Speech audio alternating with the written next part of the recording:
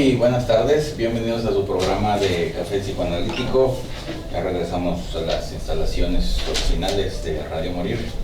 Ya se acabaron los congresos, ¿no hay más congresos todavía? De momento no. De momento no, así que aquí estaremos.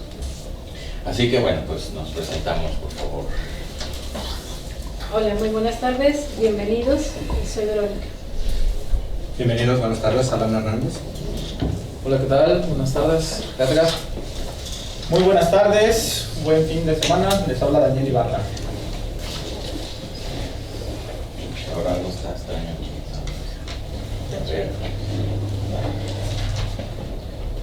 Y ya, bueno, muy bien.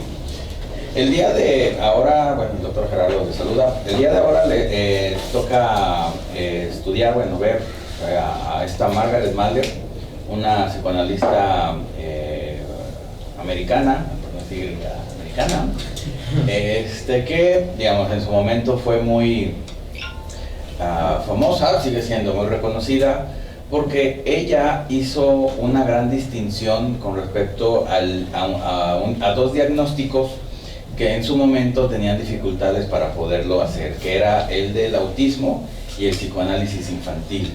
Gracias a ella y a sus estudios, que ahorita lo vamos a ver, es que se puede hacer estas dos distinciones, que son dos enfermedades diferentes, y por lo tanto, digamos, el tratamiento por supuesto que va a ser diferente. Entonces, a ella es a quien se le ocurre hacer un experimento, no se dice experimento. Teoría. Una teoría, un estudio científico, porque esa es, digamos, una característica del psicoanálisis americano y de Margaret Mahler, que ella pudo hacer un estudio científico dentro del hospital para poder hacer este diagnóstico inconsciente, este diagnóstico de psicosis infantil y de autismo. Entonces, gracias a ella se puede hacer esto y fue tan bueno este artículo que, digamos, también repercutió en la psiquiatría y en la psicología clínica, así que por esa razón lo vamos a ver ahora y tiene su lugar ahí dentro del marco psicoanalítico y tiene, por decirlo así, su propia escuela, aunque, bueno, ella sigue siendo de la escuela americana. Sí, como lo decía el doctor Gerardo, Margaret Mahler, austríaca, tuvo que irse a Estados Unidos a vivir por la cuestión de la Segunda Guerra Mundial. Ella era doctora, también pediatra, y se tuvo que nacionalizar en Estados Unidos por estas cuestiones que hubo en su país, y aparte se enfocó mucho en el psicoanálisis, creando como lo decía el doctor, esta diferencia. Ella le tocó ser consultante en un hospital en Nueva York y en la Universidad de Columbia, y quiso hacer esta distinción. Empezó a hacer diferentes estudios acerca de qué se trataba el autismo y de qué era y cuál era la diferencia entre la psicosis simbiótica. Y lo que ella encontró es que en el autismo el niño nace ya totalmente desconectado, o es en el primer mes, digamos, la desconexión que hay con la madre y con todo su entorno. Cuando en el niño que se sufre del autismo, de la psicosis simbiótica, iba en el proceso, o sea, en el desarrollo iba bien, y algo sucedió, hubo alguna situación que lo hizo que volviera, que hubiera como esta regresión. Yo creo que es muy interesante Margaret Mahler, si vamos rastreando cómo ella se forma, entra al psicoanálisis a partir del contacto con Ferenczi, y recordemos que Ferenczi también logra que Melanie Klein se interesara en el psicoanálisis. Entonces, que aparte la influencia que tuvo Ferenczi sobre Melanie Klein, sobre sus ideas, son muy importantes. Y si vamos rastreando, fue Melanie Klein. Mahler toma, yo creo que es indispensable ver la teoría de Winnicott cuando hablamos de Mahler, porque habla mucho desde ahí, y cómo ella logra sintetizar toda esta teoría. Y yo creo que también valdría la pena un poquito más adelante, si podemos hacer esa comparativa de los infantiles, que es Winnicott, Spitz. René Spitz también tiene una influencia muy, muy importante. Melanie Klein No entré tanto con Anna Freud, pero Anna Freud creo que la podríamos tomar desde la posición del mismo Freud, y cómo Mahler hace un aporte, pero a partir de toda esa línea, y eso define mucho el trabajo de Mahler y la visión que tuvo. Sí, porque fue una integrante de las líneas principales que siguieron lo que era el pensamiento psicoanalítico basado en Freud, junto con Klein, con Huth y otros, digamos, los post-kleinianos, que se basaron mucho en el vínculo, o lo importante que era el vínculo de la madre con el niño, que se puede decir que de ahí parte todo. Sí, la importancia que tiene Mahler también es cómo ella empieza a entender lo que es el autismo y lo que ella entiende de autismo a una psicosis simbiótica, porque ella es la que empieza con la teoría y hace la diferenciación que hay entre una y otra. Tanto el autismo, también varios autores anteriores a ellos lo referían también de algo orgánico, ¿no? Entonces Mahler ya se va un poquito más a ese vínculo que hay de afección a la madre y la diferenciación de la simbiosis que hay con la madre es muy interesante. Y otra vez, ¿no? Siguiendo este mismo patrón que hemos tenido aquí en el programa acerca de estos postclinianos, ¿no? También la importancia de los primeros años de vida como para el desarrollo del psiquismo de la persona. Con ella, igual que con los otros que se centran sobre todo en esta parte evolutiva, llamémosle psicología evolutiva, en este caso psicoanálisis evolutivo, se basa principalmente en la observación de sus pacientes. Entonces también radica ahí la importancia de estar observando como un método también de investigación. No solo quedarnos con la mirada o la observación directa ya, sino también el mismo desarrollo de teoría. Con Mahler es importante rescatar también esta parte de la individuación del niño. No solo es el desarrollo, sino también en cómo se convierte en un individuo independiente, y que es rescatado incluso parte de su teoría no solo por solo psicoanálisis, también parte de la pediatría, de la psiquiatría sobre todo. De ahí se parten y todavía aún se consideran estos postulados, las fases que tiene también aún se toman en cuenta, que también tiene críticos, como yo creo todos los autores los tienen, pero esto no le ha quitado ni validez ni importancia a sus hallazgos, ¿no? Así es. Muy bien. Esta Mahler es la que propone el tema de, vamos a dicho, el concepto del nacimiento psicológico del infante. O sea, sé que es diferente, o mejor dicho, tenemos dos nacimientos: el nacimiento del cumpleaños, que cada uno se festeja, y el segundo nacimiento, que sería del psiquismo de la persona, que este sería más o menos alrededor de los 6 meses, que es como dijera Lacan en el Estudio del Espejo, y que también deberíamos de festejar acá, pero nadie lo festeja, quién sabe por qué, pero porque también es muy importante esa parte del nacimiento del yo.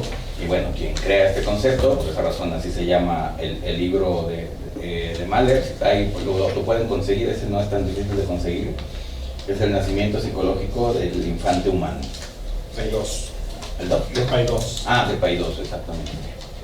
Y bueno, ella propone en su teoría las fases del desarrollo psíquico del niño y habla, digamos, es una de las más completas, es una de las teorías más completas, porque habla del niño desde el nacimiento hasta los 3 años, más o menos 3 años y medio, ya cuando entra el Edipo como tal. Entonces, ¿qué pasa antes del Edipo, del nacimiento a los 3 años? Mahler es la que completa digamos, ese entendimiento y esas etapas.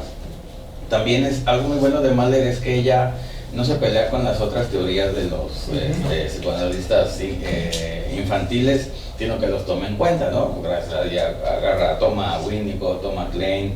Entonces también eso ayuda mucho a completar y a complementar las teorías y entender más al niño. Bueno, son 3 fases, ella dice que son 3 fases. La primera es el autismo normal, la segunda la simbiosis normal y la tercera la separación individuación, y esta última se divide en 4. La primera fase es de autismo normal, es del nacimiento al primer mes de vida. Aquí ella dice que el niño, digamos, es como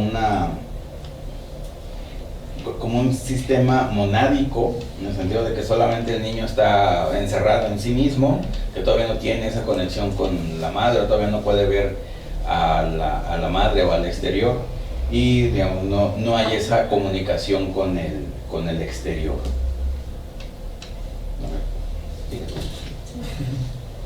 Bueno, volviendo a la diferenciación que ella hacía entre los niños autistas y los niños que sufrían de psicosis simbiótica, era que esta no poder tener conexión, de no poder ni siquiera ver a la madre como una persona o como un ser, sino como un objeto inanimado.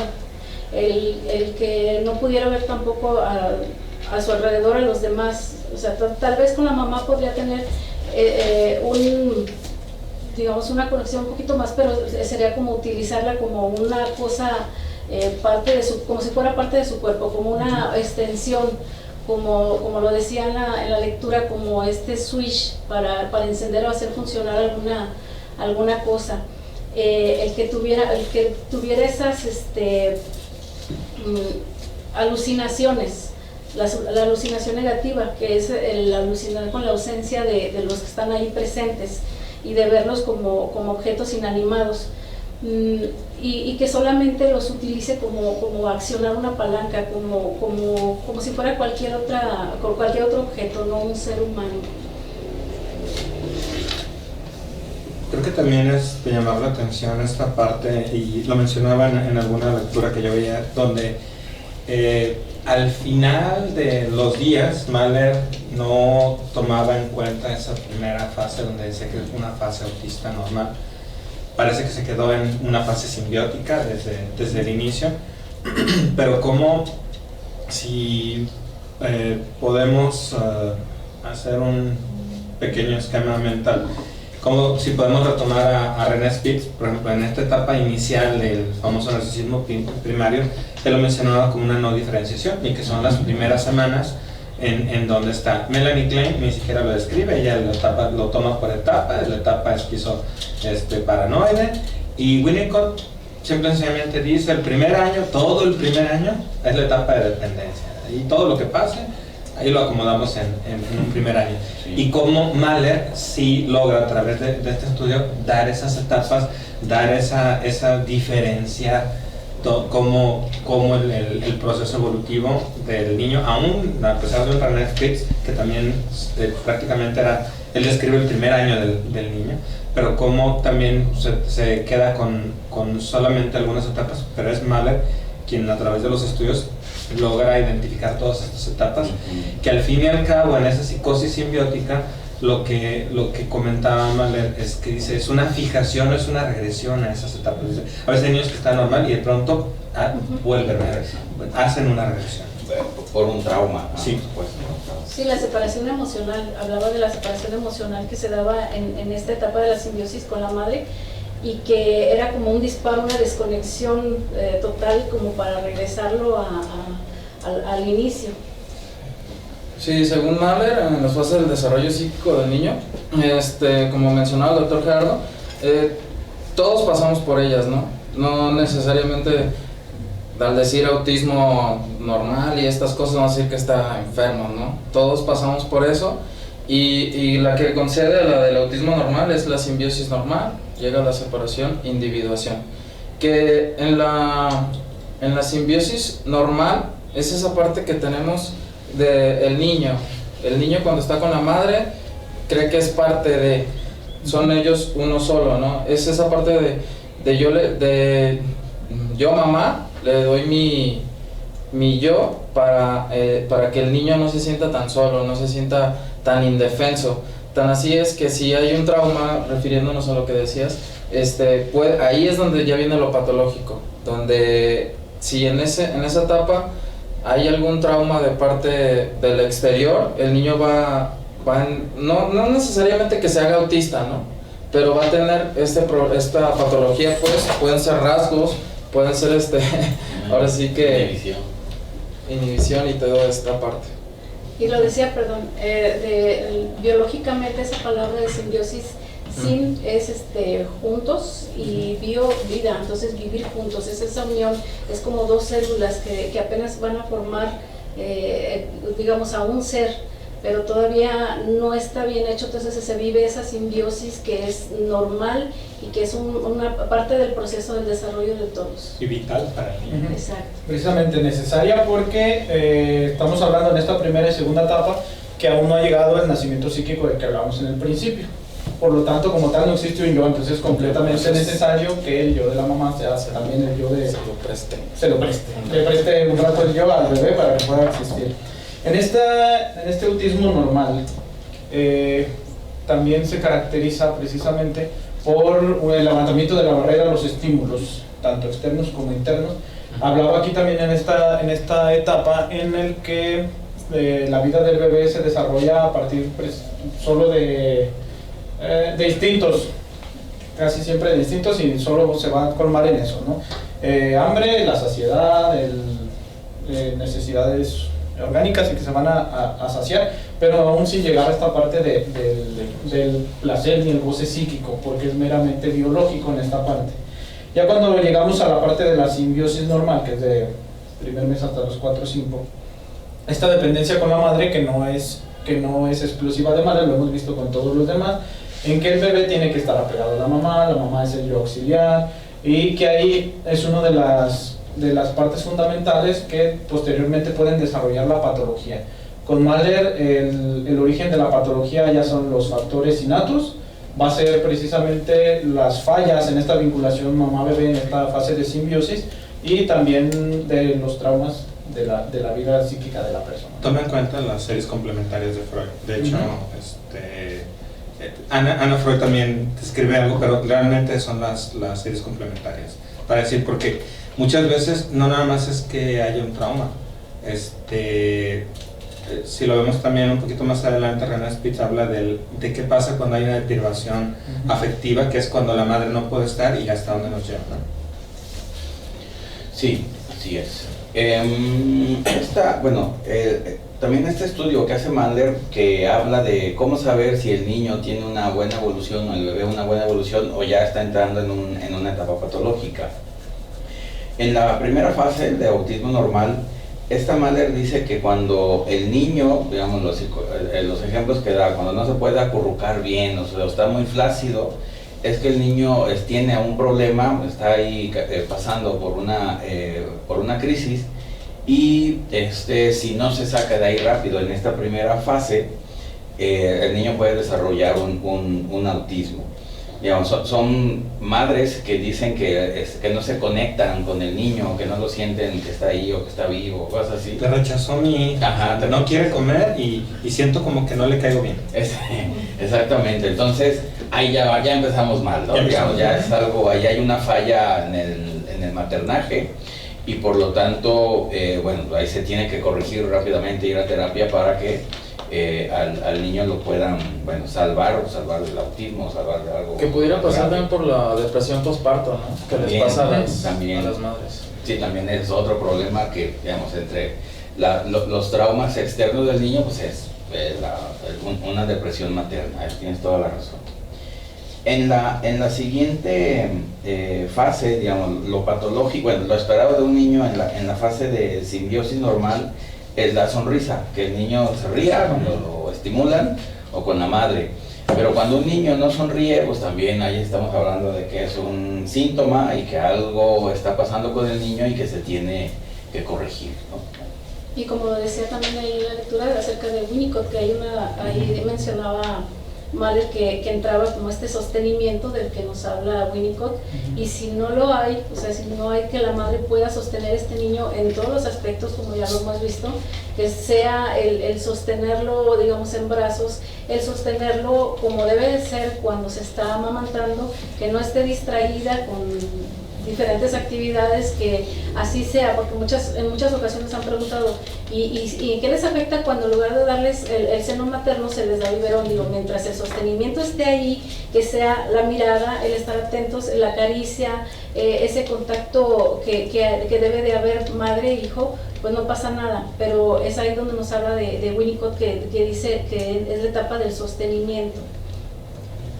Y como dice, ¿no? Como el chiste, en lugar de darle el pecho le dio la espalda.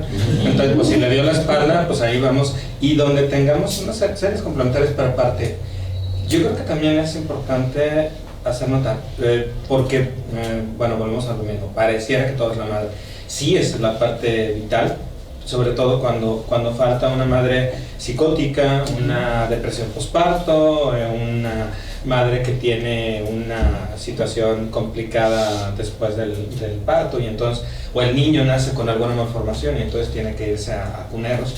Bueno, arriesgan a un niño a un autismo.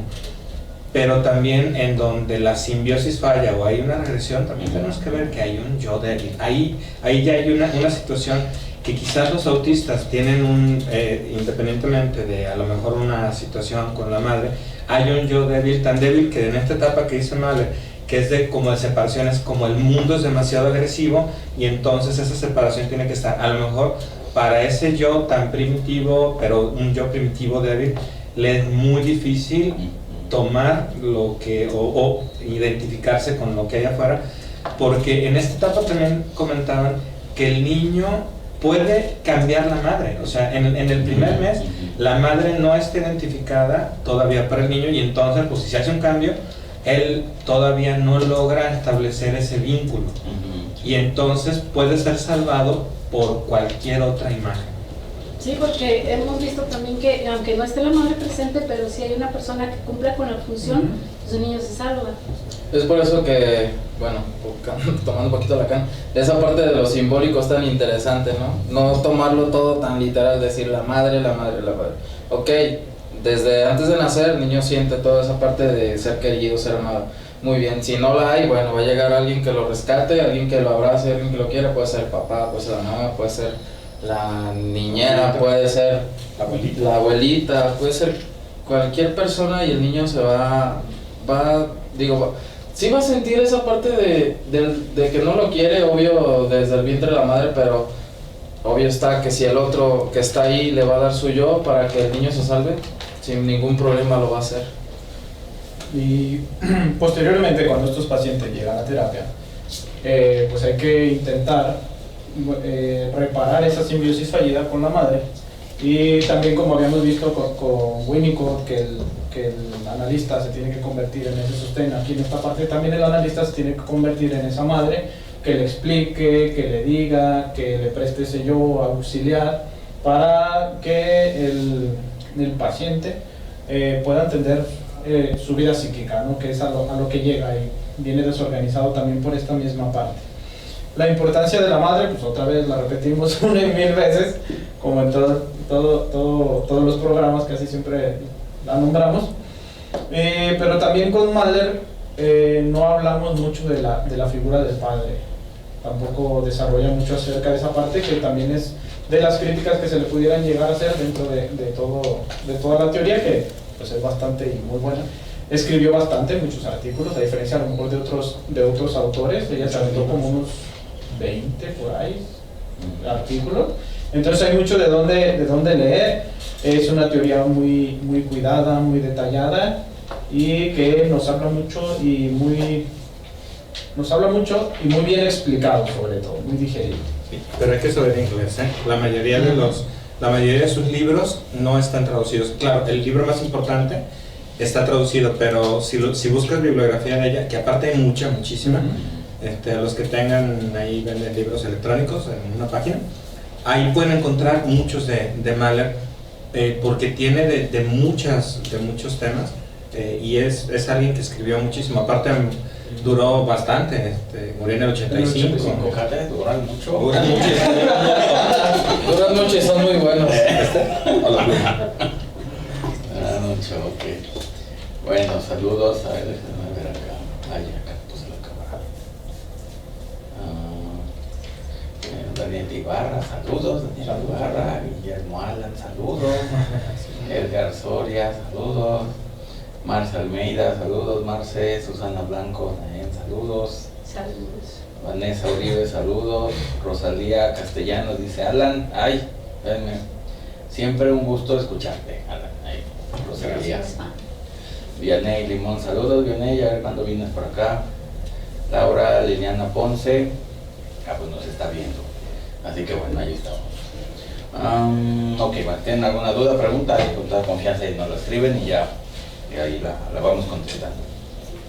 Entonces, bueno, en esta segunda etapa, que es la de simbiosis normal, el niño se pega a la madre, hay esa omnipotencia de parte de la madre de satisfacer las necesidades del niño, pues las pulsiones del niño, y de lo que se trata es que el niño sea, o el bebé sea un bebé feliz, y que por lo tanto eso va a significar que su desarrollo va de manera correcta. Luego, si ya pasa esa etapa y ya llega al 5º mes de vida, va a iniciar la fase de separación e individuación, y la primera subfase es la de diferenciación. Después de que el niño se pega a la madre, que es parte del desarrollo de la vida, el niño tiene que diferenciarse de ella. El niño va a empezar a ver que la madre es un ser distinto a él, y que bueno, se puede distinguir, sirve para identificarse, pero también para distinguirse, y que puede hacer cosas o pensar cosas que la madre no lo puede hacer. Entonces ahí viene esa distinción, y por lo tanto va a aparecer, digamos, si se acuerdan, empieza esta diferenciación en el 5º mes, luego también inicia el estadio del espejo en ese tiempo, y ya cuando se da el estadio del espejo, el niño, como ya tiene yo, ya el yo habita el cuerpo, ya se puede mover. Entonces, en la siguiente subfase, que es la ejercitación locomotriz, va a empezar a gatear, ¿no? Como tal. Bueno, ya. Okay, volviendo con lo de los niños autistas, una de las cosas que podemos observar en ellos es que si hay este desapego o no conexión, como que no hay un vínculo con las personas, con los seres vivos o con los iguales, sí lo hay con respecto a lo que los rodea. No toleran los cambios, no les gusta que les cambien su entorno. El hecho de que busquen un juguete que por lo regular es el que juegue y no lo encuentre, los hace entrar como en una crisis de angustia. En terapia, simplemente para el analista, tiene muchas veces que recibirlo con la misma ropa, la misma vestimenta que he utilizado en todas las sesiones, para no desequilibrarlo, para no provocar esta crisis, porque no les gusta que les cambien las cosas del lugar, que cambie su entorno. Y creo que con los objetos inanimados es cuando se puede ver la única, digamos, ligazón que hay, ya que no hay esa ligazón con los seres humanos, sí lo hay con los objetos inanimados.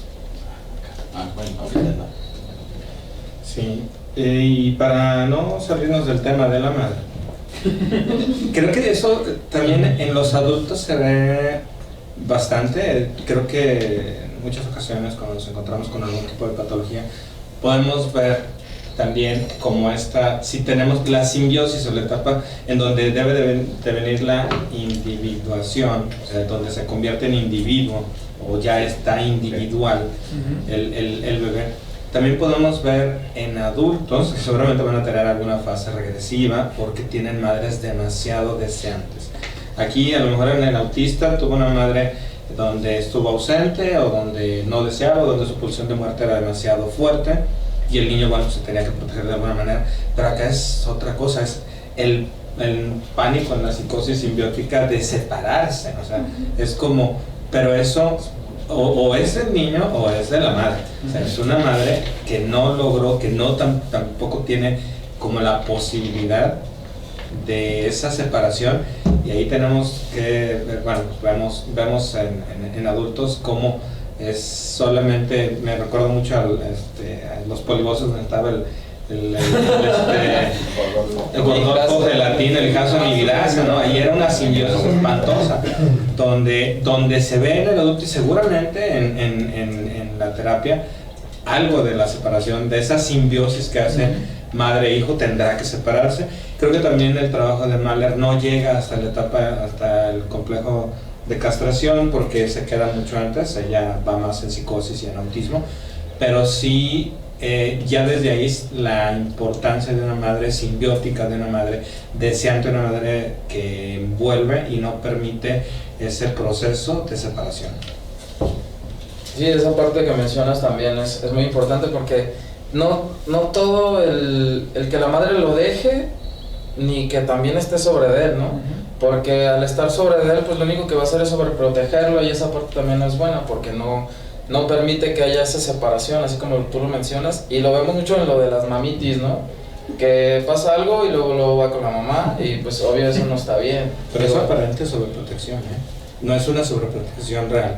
Ella no le está sobreprotegiendo a él, ella se está sobreprotegiendo.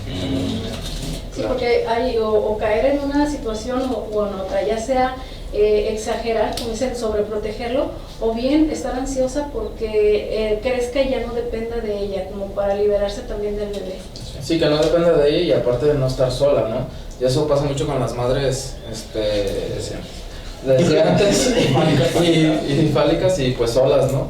Solas, como que Pues sí, porque agarran a hijo como Sí, pareja. es que en esa parte hay muchas mujeres que necesariamente no quieren al hombre, quieren al hijo. Y entonces el hombre nada más le sirvió para un rato, pero un rato para tener al hijo. sí, porque no lo pueden dominar. Entonces, Exactamente.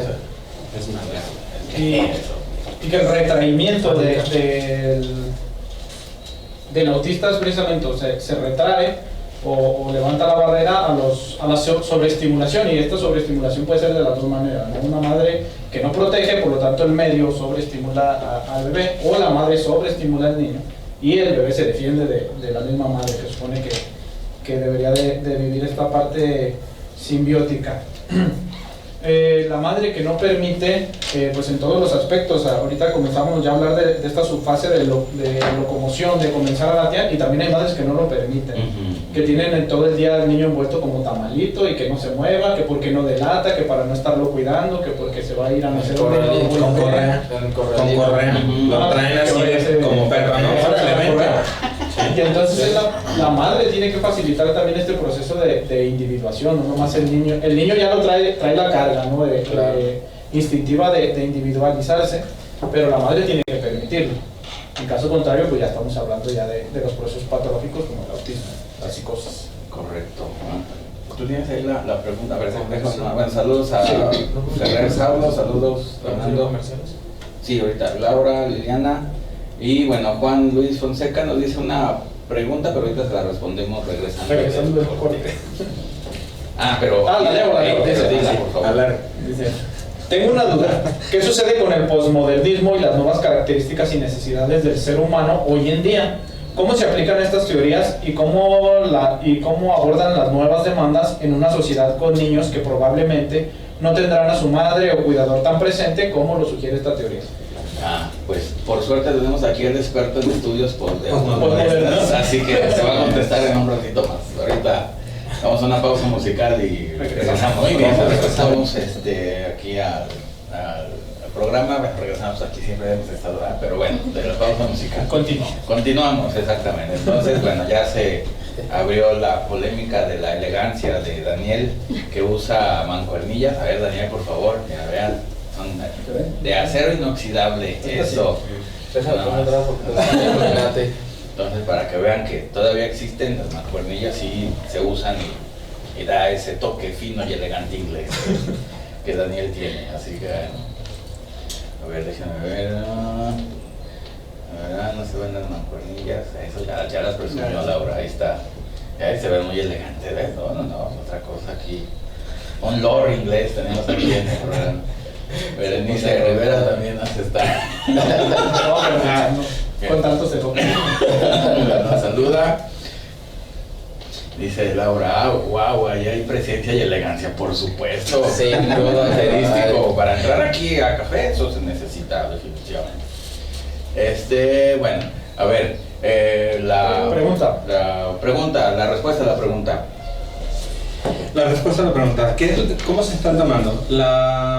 la parte interesante de las nuevas visiones psicoanalíticas son las suplencias, porque estamos hablando ya desde crisis, desde hace más de 20 años, desde hace más de 30 años, ya Lacan hablaba de todas estas crisis, y lo que se ve son cómo son suplidos ahora la madre. Y yo creo que la pregunta encierra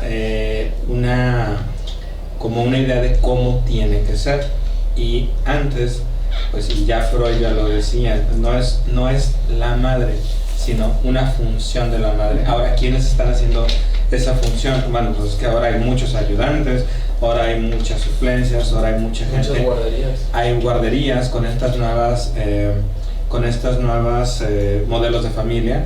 No necesita ser exactamente la madre, pero solamente aquel quien cumple esa función de madre puede llevar al niño a... Y hablamos mucho del niño sobrevive. Bueno, sobrevive psíquicamente, o sea, el niño físicamente está, a menos que sí no tenga una deprivación afectiva, pues sí mata a cualquiera. Pero aquí, en lo que estamos viendo y lo que se está describiendo más que una modificación de teoría, son los efectos de qué está pasando, cómo estamos viendo pues más estructuras border, cómo estamos viendo las estructuras perversas, y más que decir, al contrario, las teorías, muchas de ellas se están confirmando con todo lo que estamos viendo en esas madres ausentes, en esos cuidadores que de pronto me decían que las cuidadoras pues en muchas ocasiones tienen que estar muy presentes, las guarderías están ahí, pero las mismas de pericultura saben que deben de permanecer, o sea, no deben de estar cambie. Hay una institución muy grande donde se tuvieron la maravillosa idea de cambiar a las cuidadoras cada año, y los niños de lo único que se podían agarrar eran de esas figuras. Pues se les ocurrió cambiarlas cada año. ¿Cómo se nota que cuando uno no tiene la preparación suficiente y toma decisiones tan fuertes, lo que hacen es, del único lugar donde se podían agarrar era de esa imagen, y las están cambiando?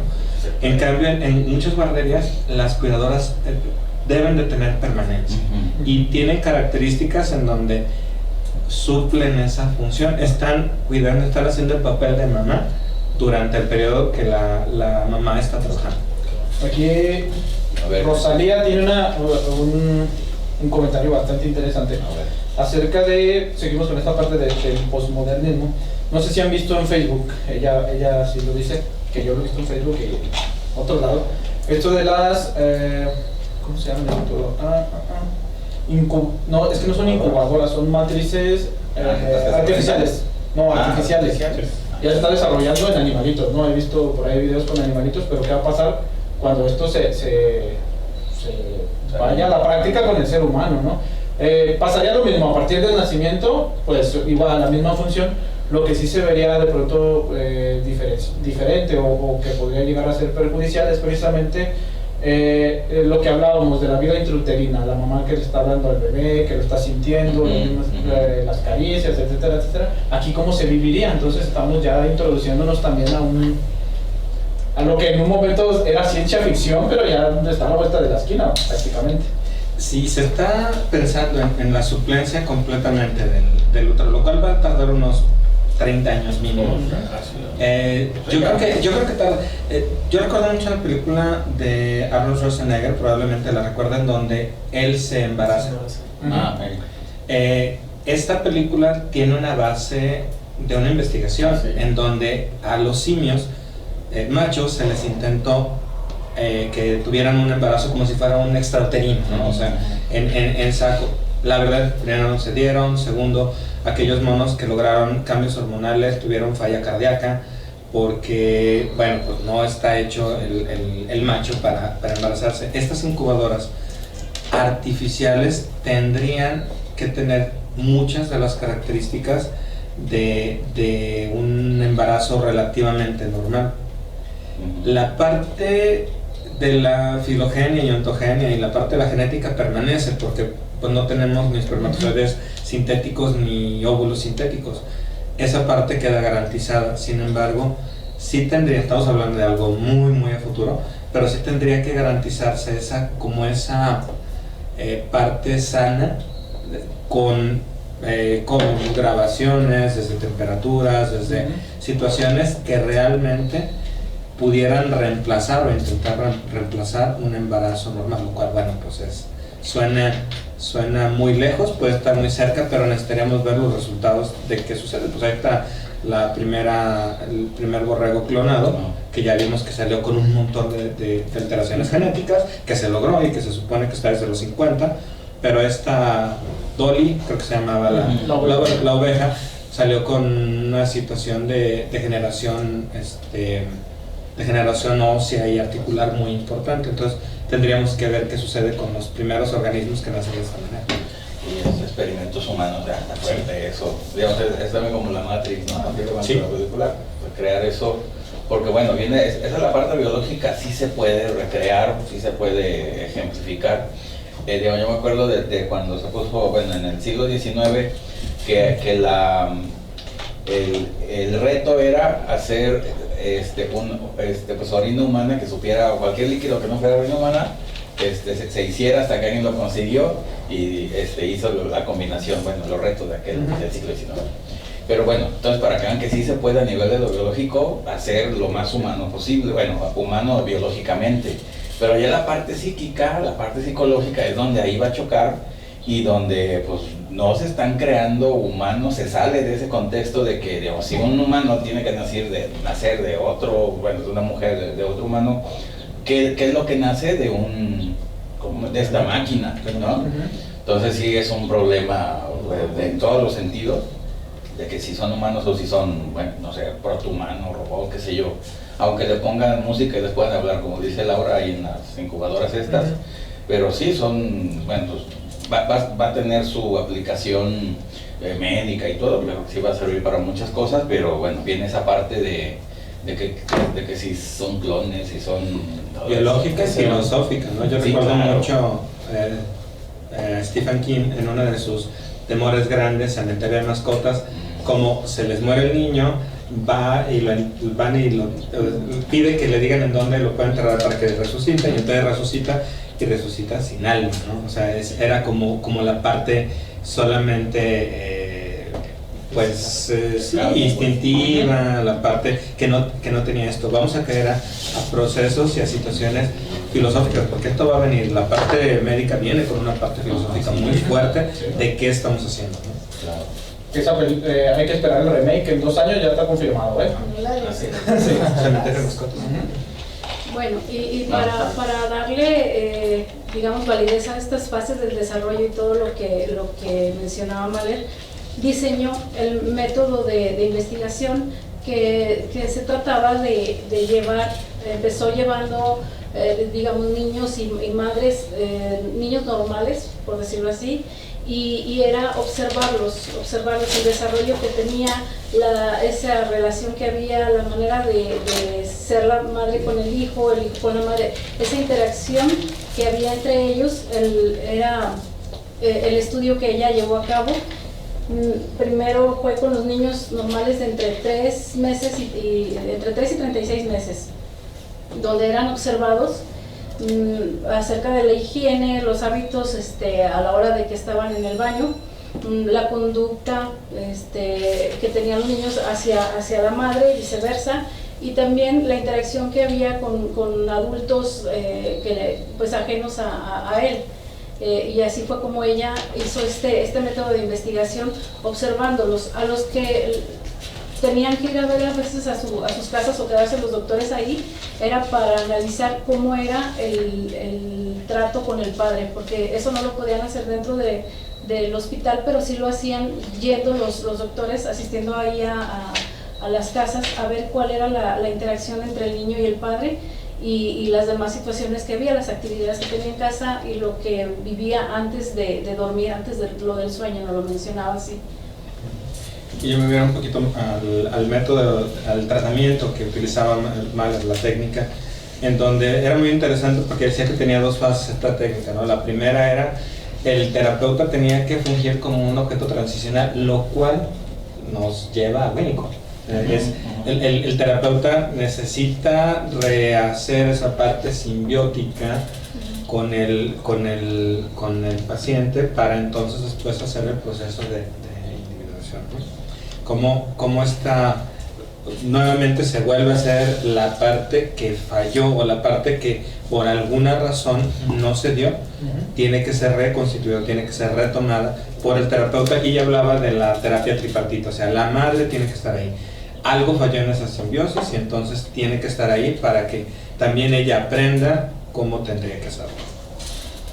Sí, en esa parte de cómo tendría que hacerlo, y también para que ella se alcance a dar cuenta de que es una simbiosis normal, porque no la sabe hacer. Y aparte de eso, ella también debe de tener separado su análisis. No nada más es terapeuta, niño y madre. Aparte, ella debe de tener su propio análisis para ver por qué es esa... ¿Dónde hubo la falla? Ajá. Pues en esta parte en la que dices, para que sepa lo que es una simbiosis, pues tiene que saberlo, si lo supiera no hubiera fallado, ¿no? Claro. O a lo mejor no tiene la capacidad y entonces el terapeuta ayuda en esta parte. Podemos estar también hablando de una historia de la madre, o sea, la madre también, lógico que pues ya lo decía Doctor, que se necesitan generaciones, o sea, esto ya lo trae y entonces pues no vamos, por eso lo del análisis, no podemos suplir en ese momento, porque igual tenemos que trabajar para el niño, o sea, el niño es el que está en el problema en ese momento, pero también la madre tiene que entrar en esta parte, porque no nada más es, como decía el doctor, no nada más es que no quieran, es que probablemente no puedan. Así es, bueno, a ver, saludos a Cecilia Cárdenas, saludos, Rígido Ibarra, saludos, ahí mandan un saludo porque está enfermito, saludos. Saludos a la Es como te queremos aquí. Gerardo Covarrubia, saludos, paracetamol, exacto. Saludos a Ulises Piña también. Saludos a Ulises, poner Daribia, paracetamol es milagroso. Bueno, y si está muy mal, dos, vámonos, no importa. Claro, porque hay tanto problema de hígado. Sin hígado, pero sin fiebre. Pero sin claro. Bueno, y las últimas etapas, sí, que nos saltamos las subfases. La subfase que sería en el gateo y en el caminar, que el niño tiene que empezar a gatear, alejarse de la madre, acercarse, igual si hace un buen gateo, hace una buena, un buen proceso de caminar. Y quien debe de ayudarle a hacer el proceso es la mamá. La mamá no se debe de angustiar, ni debe de inhibir, ni debe de hacer eso para que el niño lo pueda hacer bien, con calma, y pues tenga un buen proceso de desarrollo de individuación y de separación. Que es esa parte también del juego, ¿no? Cuando el niño empieza a gatear y vas atrás de él y corre. Y déjate del juego, las madres histéricas que es que el suelo está sucio, pues sí, pero pues cómo va a agarrar defensas. El niño requiere esa etapa, o sea, necesita gatear y sí, va a estar sucio el suelo. Primero pues que lo lave bien, que gatee bien y después que le lave las manos al niño.